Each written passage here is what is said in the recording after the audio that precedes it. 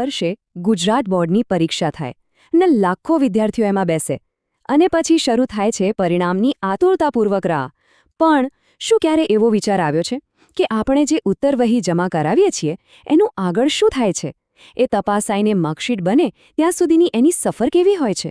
ચલો, આજે આપણે ગુજરાત બોર્ડની આ આખી પરિણામ પ્રક્રિયાને, એના દરેક પગલાંને એકદમ સરળ ભાષામાં સમજીએ. નમસ્કાર. તો સૌથી મોટો સવાલ એ જ છે કે પરીક્ષાની ઉત્તરવહીની સફર શું છે? જે દિવસે પરીક્ષા આપીને પેપર જમા થઈ જાય ત્યાંથી લઈને છેક પરિણામ જાહેર થાય ત્યાં સુધી એ ઉત્તરવહી ક્યાં ક્યાંથી પસાર થતી હશે? આખી પ્રોસેસ છે શું? આખી સફરને સારી રીતે સમજવા માટે આપણે એને 5 મુખ્ય ભાગમાં વહેંચી દીધી છે. સૌથી પહેલાં શરૂઆત ક્યાંથી થાય છે એ જોઈશું, પછી ગુપ્તતા અને મૂલ્યાંકનની વાત કરીશું, એ પછી ચોકસાઈ અને વિશ્લેષણ પર આવીશું, અને છેલ્લે પરિણામની જાહેરાત કેવી રીતે થાય છે એ પણ સમજીશું. તો ચાલો પહેલા તબક્કાથી શરૂ કરીએ. તો આ સફરનો પહેલો પડાવ, વિભાગ 1, ગુણ અને પરીક્ષા. સાચું કહું તો અહીંથી જ આખા પરિણામનો પાયો નંખાય છે. તમને જાણીને નવાઈ લાગશે, પણ પરિણામની પ્રક્રિયા તો ફાઇનલ પરીક્ષા શરૂ થાય એ પહેલાં જ શરૂ થઈ જાય છે. કુલ 100 માર્ક્સમાંથી 80 માર્ક્સ લેખિત પરીક્ષાના હોય છે, પણ બાકીના 20 માર્ક્સ તો આંતરિક એટલે કે ઇન્ટરનલ હોય છે. આનો સીધો મતલબ એ થયો કે ફાઇનલ પરીક્ષા આપવા જઈએ એ પહેલાં જ 20 માર્ક્સ તો પાક્કા થઈ ગયેલા હોય છે. હવે સવાલ એ થાય કે આ 20 ઇન્ટરનલ માર્ક્સ આવે છે ક્યાંથી? તો જુઓ, એ મળે છે પ્રથમ અને બીજી સત્ર પરીક્ષાના પરફોર્મન્સ પરથી, અને સાથે સાથે આખા વર્ષ દરમિયાન જે પ્રોજેક્ટ વર્ક કર્યું હોય એના આધારે. સ્કૂલ આ બધા માર્ક્સ બોર્ડના ઓનલાઈન પોર્ટલ પર અપલોડ કરે છે, જે પછી ફાઇનલ રિઝલ્ટમાં ઉમેરાઈ જાય છે.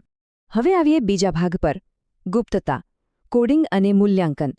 એકવાર લેખિત પરીક્ષા પૂરી થઈ જાય પછી સૌથી મોટો પડકાર હોય છે કે આખી ચેકિંગ પ્રોસેસ એકદમ નિષ્પક્ષ અને ઈમાનદારીથી થાય. આના માટે 2 બહુ જ મહત્વના સ્ટેપ્સ લેવાય છે. પહેલું, દરેક ઉત્તરવહી પર બારકોડ અને ખાસ સ્ટીકર લગાવી દેવાય છે, જેથી વિદ્યાર્થીની ઓળખ જ છુપાઈ જાય. અને બીજું, આ બધી ઉત્તરવહીઓને સેન્ટ્રલ ઇવેલ્યુએશન સેન્ટર પર મોકલી દેવાય છે, જ્યાં અનુભવી શિક્ષકો એને બારીકાઈથી તપાસે છે. અને આ બારકોડિંગ સિસ્ટમનો સૌથી મોટો ફાયદો શું છે ખબર છે? એનાથી એ પાક્કું થઈ જાય છે કે જે ટીચર પેપર ચેક કરી રહ્યા છે એમને વિદ્યાર્થીનું નામ કે રોલ નંબર કશું જ ખબર ન પડે. એટલે કોઈપણ જાતના પક્ષપાતનો તો સવાલ જ નથી રહેતો, અને મૂલ્યાંકન એકદમ નિષ્પક્ષ રીતે થાય છે. ભલે પેપર ચેક થઈ ગયા, પણ પછી શું? હવે વારો આવે છે ચોકસાઈનો, એટલે કે આપણો ત્રીજો વિભાગ, ડેટા એન્ટ્રી અને તેની ચકાસણી. બોર્ડ એ વાતની ગેરંટી કેવી રીતે લે છે કે એક પણ માર્ક આમથી તેમ ન થાય? આ પ્રોસેસ પણ 2 સ્ટેપમાં થાય છે. પહેલાં તો ચેક થયેલી ઉત્તરવહીમાંથી માર્ક્સને કમ્પ્યુટર સિસ્ટમમાં નાખવામાં આવે છે, અને પછી આવે છે સૌથી અગત્યનું પગલું, 2 લેવલ પર વેરિફિકેશન. આને ક્રોસ ચેકિંગ કહેવાય. આનાથી એ સુનિશ્ચિત થાય છે કે ડેટા એન્ટ્રી વખતે કોઈ માનવીય ભૂલ રહી ગઈ નથી. હવે જોઈએ વિભાગ 4, વિશ્લેષણ, ગ્રેડ અને પર્સેન્ટાઇલ. એકવાર બધા માર્ક્સ સિસ્ટમમાં આવી ગયા પછી એ માત્ર આંકડા હોય છે.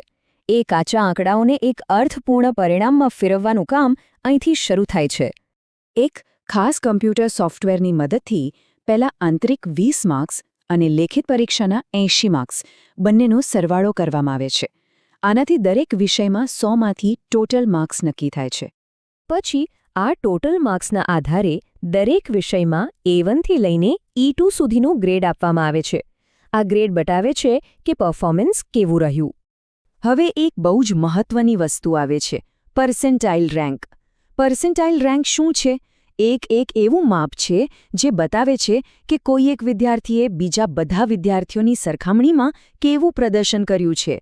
સાદી ભાષામાં કહીએ તો કેટલા ટકા વિદ્યાર્થીઓ એનાથી પાછળ છે એ આ રેન્ક બતાવે છે. તો આ 2 વચ્ચેનો જે મુખ્ય તફાવત છે એને બરાબર સમજી લઈએ. જુઓ, માર્ક્સ એટલે શું? એ તો વ્યક્તિગત પરફોર્મન્સ છે, એક આંકડો, બસ.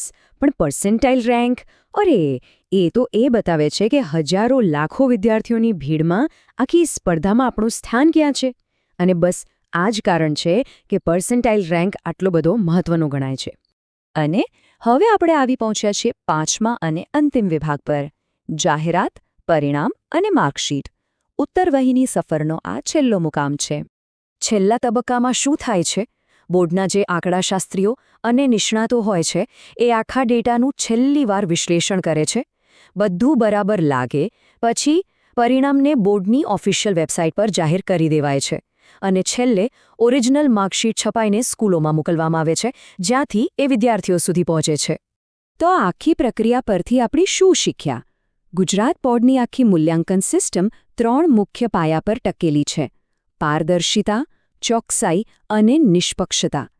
દરેક સ્ટેપ એવી રીતે ડિઝાઇન કરવામાં આવ્યું છે કે દરેક વિદ્યાર્થીને એકદમ સાચું અને ન્યાયી પરિણામ મળે. તો આશા છે કે હવે આખી જે પરિણામની પ્રક્રિયા છે એના વિશે એકદમ સ્પષ્ટતા મળી ગઈ હશે. જો આવી જ બીજી રસપ્રદ માહિતી મેળવવી હોય તો ચેનલને સબસ્ક્રાઇબ કરવાનું ભૂલતા નહીં. અને હા, આ જાણકારીને બીજા મિત્રો સાથે શેર પણ જરૂર કરજો.